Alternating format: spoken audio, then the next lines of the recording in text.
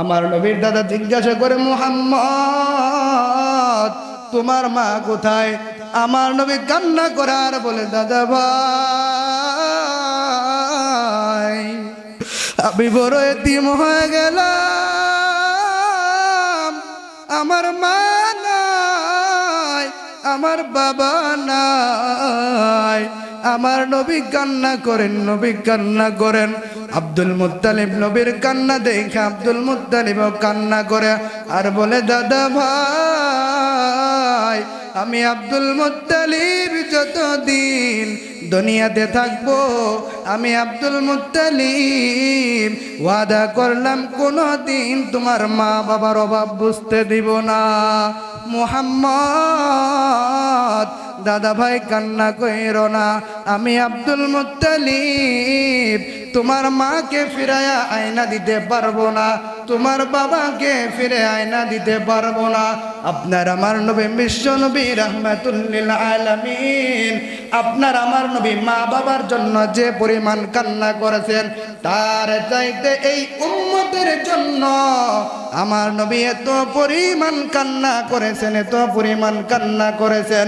উম্মতি মুহাম্মদীকে নিয়ে আমার নবী এত পরিমাণ ফিকির করেছেন, মৃত্যু পর্যন্ত আমার নবী উম্মতের জন্য কান্না করেছেন। রাসূলুল্লাহ সাল্লাল্লাহু আলাইহি ওয়াসাল্লাম মৃত্যু পর্যন্ত উম্মতের জন্য কান্না করেছেন। হযরতে আমেনা বলেন, বেশি টাকা পয়সা কিন্তু আমি দিতে পারবো না, অল্প কিছু টাকা দিব, অল্প পয়সার বিনিময় হযরতে হালিমা আপনার আমার নবী ইতিম নবীকে 2 বছরের জন্য নিয়ে গেলেন। হযরতে হালিমা বলেন, শিশু মুহাম্মাদুর রাসূলুল্লাহকে আমার কুলের মধ্যে লইয়া আমার ওই দুর্বল গাধার মধ্যে যখন আমি উঠলাম, আমার গাধাটা এত দ্রুতগামী হয়ে যায়, ওই যে আমার বান্ধবীরা অনেক আগেই সিরিয়ার উদ্দেশ্যে রওনা করছে, আমি যখন মুহাম্মদকে আমার কুলে লইয়া রওনা করলাম, আমার এই গাধা এত দ্রুতগামী হয়ে যায়, আমার বান্ধবীদেরকে পিছে রেখে আমি হালিমা আগে চলে যাই। বলি না সুবহানাল্লাহ। বরকত শুরু হয়ে গেছে। হযরতে হালিমা বলেন, আমি যখন বাসায় গেলাম, বাসায় গিয়ে চিন্তা করতেছি আমার স্তনটা শুকনা দুধ নাই, এখন মুহাম্মদ কি খাইবে আর আমার সন্তান কি খাইবে? হযরতে হালিমা বলেন, আমি যখন মুহাম্মাদুর রাসূলুল্লাহ কান্না করলেন, কান্না করার পর আমি যখন মুহাম্মদকে কোলে লইলাম, আমার স্তনের দিকে মুখটা আগায়া দিলাম, মুহাম্মাদুর রাসূলুল্লাহর বরকতে আমি হালিমার স্তনটা দুধে পরিণত হয়ে গেল। বলি না সুবহানাল্লাহ। হযরতে হালিমা বলেন, মুহাম্মাদুর রাসূলুল্লাহ আমার স্তন থেকে তৃপ্তি মতো দুধ পান করলেন, আমার সন্তানকেও আমি দুধ খাওয়াইলাম, এখন তো আমাদের খাওয়ার প্রয়োজন। হযরতে হালিমা বলেন, আমার স্বামী এখন বলল, দেখি উটের কাছে যাই, যাওয়ার পরে কোনো দুধের ব্যবস্থা করা যায় কিনা। হালিমার স্বামী বলেন, উটের কাছে যাওয়ার পর আমি যখন উটের উলান ধরে টান দিলাম, এত পরিমাণ দুধ বের হলো, আমি আমার জিন্দেগিতে এমন দুধ বের হতে দেখি নাই। বলি না সুবহানাল্লাহ। হযরত হালিমা বলেন, আমরাও দুধ তৃপ্তি মতো পান করলাম এবং পরের দিন উট চড়ায় আসার পরে আবার আমরা দুধ দহন করলাম, আমরা নিজেরাও তৃপ্তি মতো পান করলাম এবং অবশিষ্ট দুধ আমরা বাজারে নিয়ে বিক্রি করি। বলি না সুবহানাল্লাহ। অন্য অন্য বনু সাদের মহিলারা বলে, তাদের রাখালদের বললেন, তোমরা কোথায় উট চড়াও? হালিমা যেখানে ঘাস খাওয়াই সেই জায়গায় খাওয়াবা, দেখো না হালিমার উটের মধ্যে কেমন দুধ, আর তোমরা কেমনে কি খাওয়াও? এটা কি ঘাসের বরকত না নবী মুহাম্মদুর রাসূলুল্লাহর বরকত? কার বরকত? নবী মুহাম্মদুর রাসূলুল্লাহ সাল্লাল্লাহু আলাইহি সাল্লামের বরকত। এত পরিমাণ বরকত পাইলেন হযরতে হালিমা। 2 বছর পরে মা আমেনার কাছে নিয়ে গেছেন, গিয়ে বলতেছে, মা আপনার এই শিশু বাচ্চাকে নিয়ে আমি অনেক বরকত পেয়েছি, আমাকে আর কিছুদিনের জন্য দেন, আপনার সন্তানকে আর কিছুদিনের জন্য দেন। মা আমেনা বলে, না এখন আর দেওয়া হবে না। বলে, দেন না, আর কিছুদিনের জন্য দেন, এত বরকত পেয়েছে। শুরু তো কেউ নিতে চায় না, এতিম সন্তান, তাকে লালন পালন করলে তার বাবা নাই, কে টাকা পয়সা দিবে? কে টাকা পয়সা দেবে? এতিম বাচ্চা কেউ নিতে চায় না। এত বরকত পেয়েছে বলে আর কিছুদিনের জন্য দেন। মা আমেনা ভাবলেন যেহেতু মক্কাতে একটা রোগ চলতেছে, তাহলে আমার সন্তানকে একটু আর কিছুদিনের জন্য দেই। এখন আর কিছুদিনের জন্য দিলেন। দেওয়ার পরে নিয়ে গেলেন। নবী সাল্লাল্লাহু আলাইহি সাল্লামের বয়স হয়ে গেল 4 বছর। 4 বছর পরে একদিন নবী সাল্লাল্লাহু আলাইহি সাল্লাম মাঠে খেলতেছেন। হঠাৎ করে হালিমার ছেলে দৌড়ে এসে মাকে বলে, মা, আমাদের কুরাইশি ভাই মুহাম্মদকে কে যেন এই গলা থেকে নাভি পর্যন্ত ফেরে ফেলছে, ওপেন হার্ট সার্জারি। কে যেন কি নাভি থেকে গলা পর্যন্ত, নাভি থেকে গলা পর্যন্ত, গলা থেকে নাভি পর্যন্ত ফেরে ফেলছে। হযরত হালিমা এবার দৌড় দিয়ে চলে গেছেন। নবীর প্রতি হালিমার মহব্বত আছে না নাই? গিয়ে দেখেন এই জায়গা থেকে এই পর্যন্ত একটা কাটার দাগ এবং সেলাই। হালিমা মনে মনে ভয় পাইলেন, ওপরের বাচ্চা মারা গেলে কি জবাবদিহিতা করব। পরের দিন হযরত আমেনার কাছে নিয়ে গেলেন, নিয়ে আমেনার কাছে রেখে আসলেন। নবী মুহাম্মদুর রাসূলুল্লাহ এখন হযরত আমেনার কাছে বড় হতে লাগলেন। রাসূলুল্লাহর বয়স যখন 6 বছর হয়ে গেলেন, একটু বুঝতে শুরু করলেন। একদিন মাঠের এক কিনারায় দাঁড়ায় কান্না করতেছে। হযরত আমেনা যায় বলে, মুহাম্মদ তুমি কেন কান্না করো? আল্লাহ নবী বিশ্ব নবী রাহমাতুল লিল আলামিন মাঠের এক কিনারায় দাঁড়ায় কান্না করে। মা আমেনা নবী মুহাম্মদুর রাসূলুল্লাহকে টেনে বুকে লইলেন, কোলে লইলেন, আর বলে, মুহাম্মদ বাবা কেন কান্না করো, কেন কান্না করো? নবী মুহাম্মদুর রাসূলুল্লাহ বলেন, ও মা, আমার যত খেলার সাথী ভাই আছে তাদের বাবা তাদের প্রত্যেক দিন কুলে করে মাঠে দিয়ে যায়। খেলার শেষে আবার বিকাল বেলা তাদের বাবা তাদের কুলে করে বাড়িতে নিয়ে যায়। ও মা, আমার কি বাবা নাই? আমার বাবা তো আমাকে একদিন আমার নাম ধরে ডাক দিল না, ডাক দিল না। মা আমেনা কান্না করে আর বলে, মুহাম্মদ তোমার বাবা তো দুনিয়ায় নাই, দুনিয়ায় নাই। নবী মুহাম্মদুর রাসূলুল্লাহ কান্না করে, কান্না করে। মা আমেনাও কান্না করে, কান্না করে। আমার নবী ডাক দিয়ে বলে, মা চলো না, চলো না, আমার বাবার কবরটা একটু জিয়ারত করে আসি। মা আমেনা আব্দুল মুত্তালিবের কাছে অনুমতি লইয়া আমার নবী শিশু নবী এতিম নবীর বাবার কবরটা জিয়ারত করতে গেলেন। বাবার কবরটা জিয়ারত করে আসার পথে মা আমেনা অন্ধকার কবরে চলে গেলেন। নবীজির মাও রাস্তার মধ্যে মারা গেলেন। এইদিকে দাদা আব্দুল মুত্তালিব রাস্তার ধারে বসে রয়েছেন আর দাঁড়িয়ে রয়েছেন। আমার নাতি তো আব্দুল্লাহর কবরটা জিয়ারত করতে গেছে, কখন আমার নাতি আসবে, মুহাম্মদ কোন সময় আসবে? আব্দুল মুত্তালিব দূর থেকে তাকায় দেখেন কাফেলায় লোক পাঠাইলাম 3 জন, এখন দেখি 2 জন, আর একজন কোথায়? কাছে আসার পর আমার নবী মুহাম্মদুর রাসূলুল্লাহ দাদার কোলের মধ্যে লাফ দিয়ে উঠা গেলেন। আমার নবীর দাদা জিজ্ঞাসা করে, মুহাম্মদ তোমার মা কোথায়? আমার নবী কান্না করার বলে, দাদা ভাই আমি বড় এতিম হয়ে গেলাম, আমার মা নাই, আমার বাবা নাই। আমার নবী কান্না করেন, নবী কান্না করেন।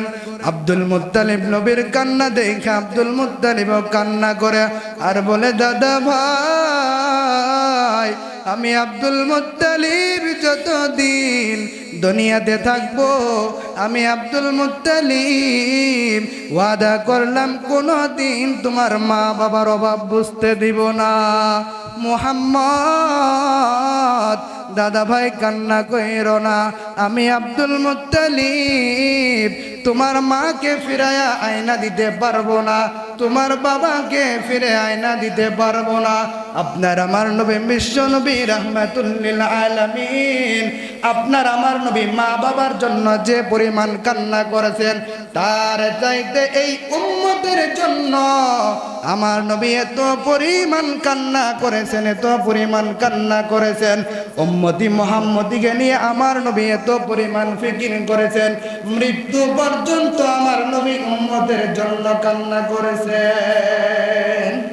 রাসূলুল্লাহ সাল্লাল্লাহু আলাইহি সাল্লাম মৃত্যু পর্যন্ত উম্মতের জন্য কান্না করেছেন। নবী মুহাম্মদুর রাসূলুল্লাহ এই উম্মতকে এত মহব্বত করতেন।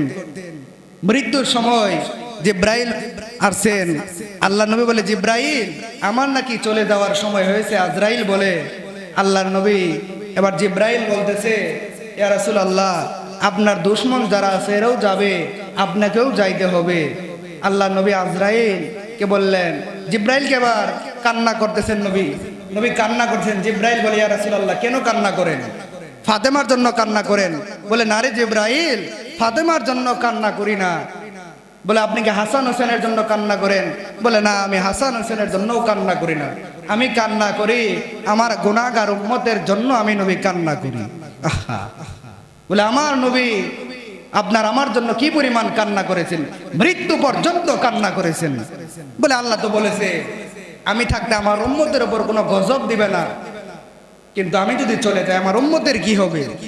আমার উম্মতের কি হবে? আল্লাহ পাক জিব্রাইলকে বলে, জিব্রাইল জানায় দাও আমার নবী চলে যাওয়ার পর আজ থেকে আমি আল্লাহ আপনার উম্মতের জিম্মাদারি নিলাম। বলি না সুবহানাল্লাহ। আল্লাহ বলেন, জিব্রাইল জানায় দাও আমার নবীর উম্মতের জিম্মাদারি স্বয়ং আমি আল্লাহ নিলাম। সম্মানিত উপস্থিতি, আলোচনা বেশি দীর্ঘ করব না, লম্বা করব না, আর 5টা আমলের কথা বলে আলোচনা শেষ করে দেব। আমরা একদম মনোযোগ দিয়ে শুনবো। এই 5টা আমল করতে পারলে অনেক ফায়দা, অনেক ফজিলত। আমরা সবাই মনোযোগ দিয়ে শুনবো। আল্লাহর নবী সাল্লাল্লাহু আলাইহি সাল্লাম একদিন হযরত আলীকে বলতেছে, আলী আমি তোমাকে কিছু ওয়াজ করব, তুমি কি শুনবানি? হযরত আলী বলে, ইয়া রাসূলুল্লাহ, ইয়া হাবিবাল্লাহ, আপনি আমাকে ওয়াজ করবেন, আমি শুনবো না, এটা হতে পারে না।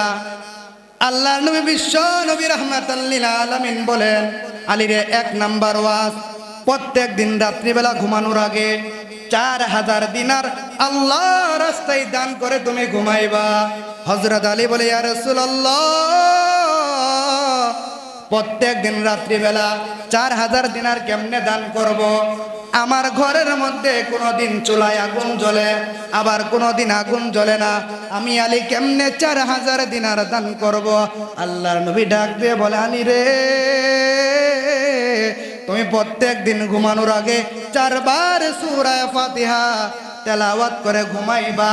এই 4 বার সূরা ফাতিহা পরে যদি তুমি ঘুমাইতে পারো, আসমানের মালিক আল্লাহ তোমার আমল নামায় 4000 দিনার দান সদকা করলে যে পরিমাণ সওয়াব হবে, 4 বার সূরা ফাতিহা পড়ার কারণে আমার আল্লাহ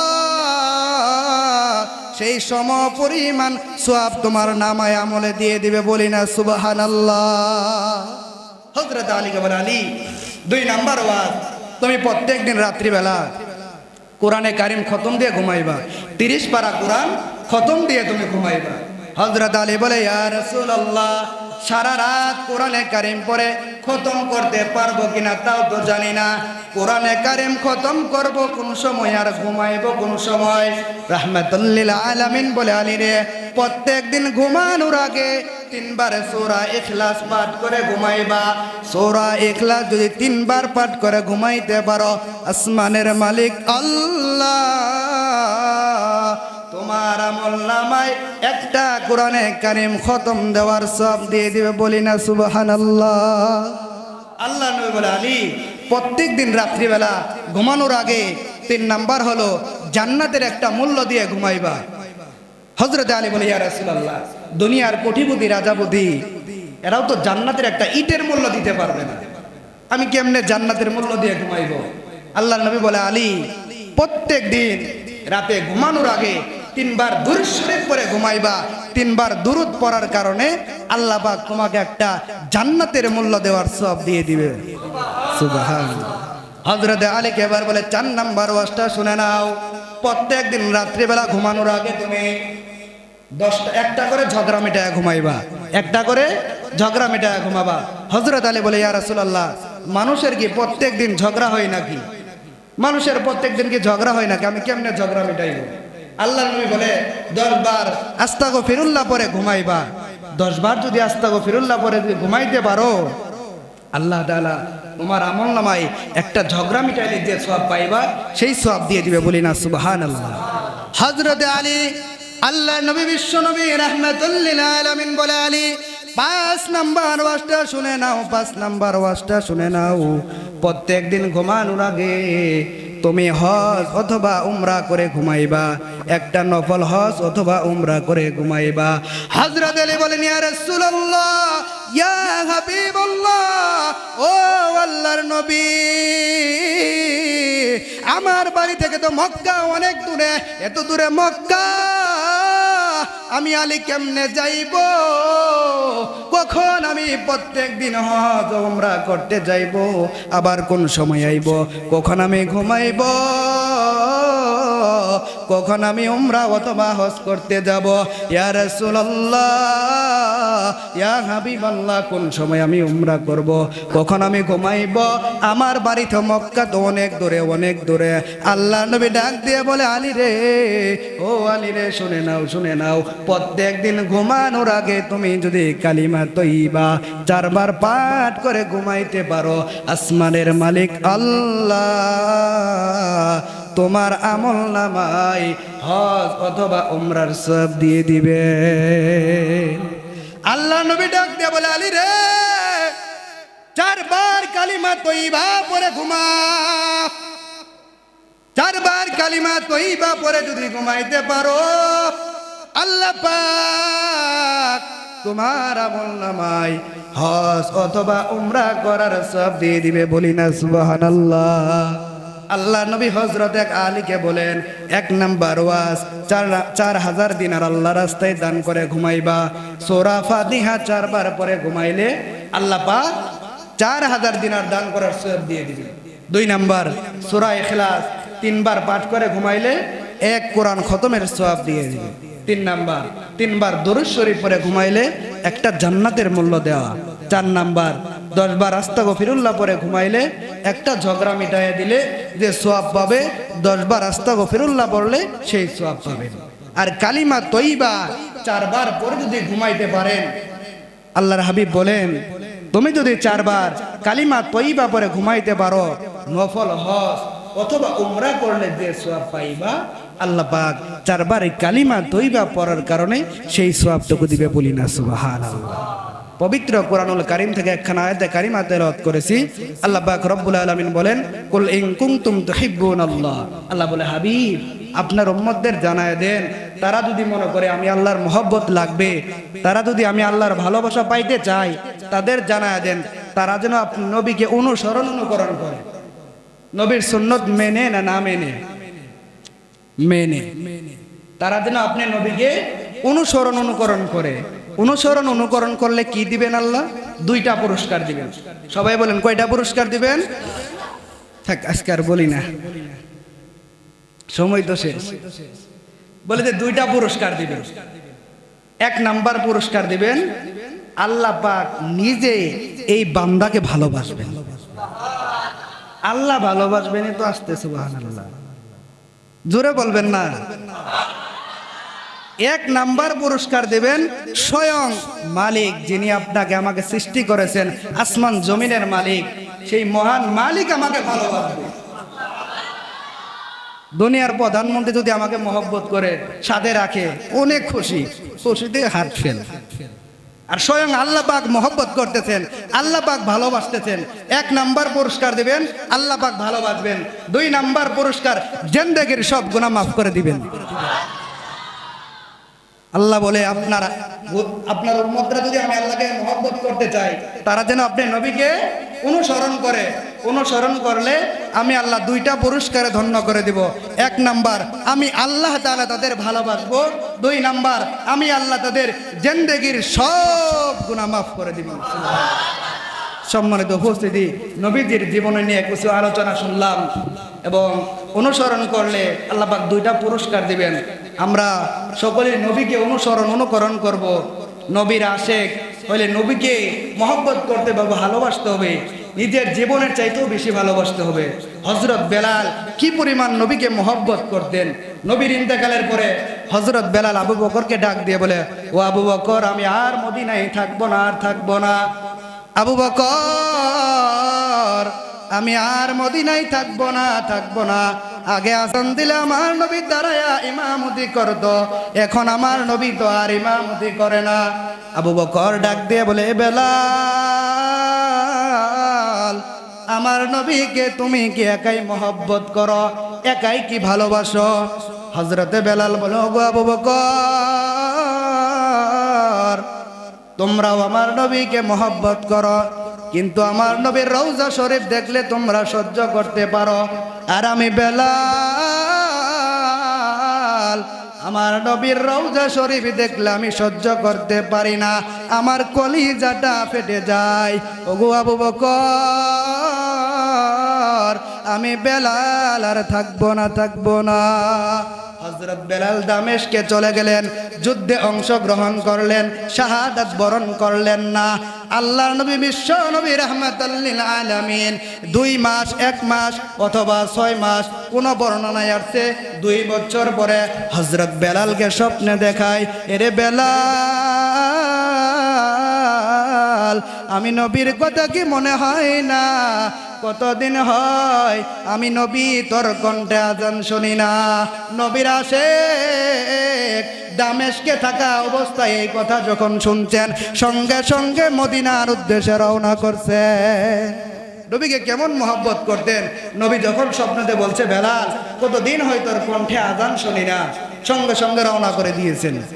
মদিনায় আসার পরে লোকেরা বলে, ওরে বেলাল, আজান দাও, আজান দাও। হযরতে বেলাল বলেন, আমি আজান দিতে পারবো না, আজান দিতে পারবো না।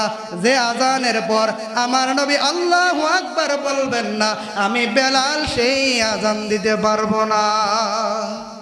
যে আজানের পর আমার নবী ইমামতি করবে না, আমি বেলাল সেই আজান দিতে পারবো না। এবার হাসান হুসাইনকে ডাকা হলো। হাসান হুসাইনের আবদারে হযরতে বেলাল এবার আজান দিতে শুরু করলেন। হযরতে বেলাল বলে, আল্লাহু আকবার, আল্লাহু আকবার। এ কথা শোনার পর মদিনার মানুষরা পাগলের মতো ছুটে আসছে, পাগলের মতো দৌড়াদৌড়ি করতেছেন। হযরতে বেলাল আজান দে, মনে হয় আমার নবী আসছে, মনে হয় আমার নবী আসছে। বেলাল তো এতদিন আজান দেয় নাই, আজ আজান দেয়। বেলাল যখন বলে আল্লাহু আকবার, আল্লাহু আকবার, মদিনার সবাই পাগল হয়ে গেছেন, পাগলের মতো ছুটে আসতেছেন। মনে হয় আমার নবী আসছে। বেলাল যখন বলে আশহাদু আল্লা ইলাহা ইল্লাল্লাহ, মদিনার ছোট ছোট বাচ্চারা, ছোট ছোট মেয়েরা মাকে ডাক দিয়ে বলে, ও মা, মনে হয় আমার নবী আসছে, নবী আসছে। ছোট ছোট বাচ্চারা পাগল পারা হয়ে গেছেন। হযরতে বেলাল যখন বলে আশহাদু আন্না মুহাম্মাদুর রাসূলুল্লাহ, হযরতে বেলাল এবার অজ্ঞান হয়ে যায়। পানি দেওয়ার পরে হুঁশ ফিরলেন। নবীজির রওজা শরীফের পাশে দাঁড়াইয়া বেলাল কান্না করে আর বলে, নবী আমার, আমি আজান দিতে চাই নাই, আজান দিতে চাই নাই, আপনার নাতি হাসান হুসাইনের আবদারে আজান দিয়েছি। ওগো নবী, মদিনায় আসতে বলছেন, মদিনায় আসলাম, কিন্তু আপনি নবীর দেখা পাইলাম না। মনে বড় ব্যথা, মনে বড় কষ্ট, মনে বড় কষ্ট। আয় মদিনায় আইলাম, কিন্তু আপনি নবীকে তো দেখতে পাইলাম না। সাহাবায়ে কেরাম নবীকে কি পরিমাণ মহব্বত করতেন, কেমন আশিক ছিলেন। সম্মানিত উপস্থিতি, এতক্ষণ আমরা যে কথাগুলো শুনলাম, আল্লাহ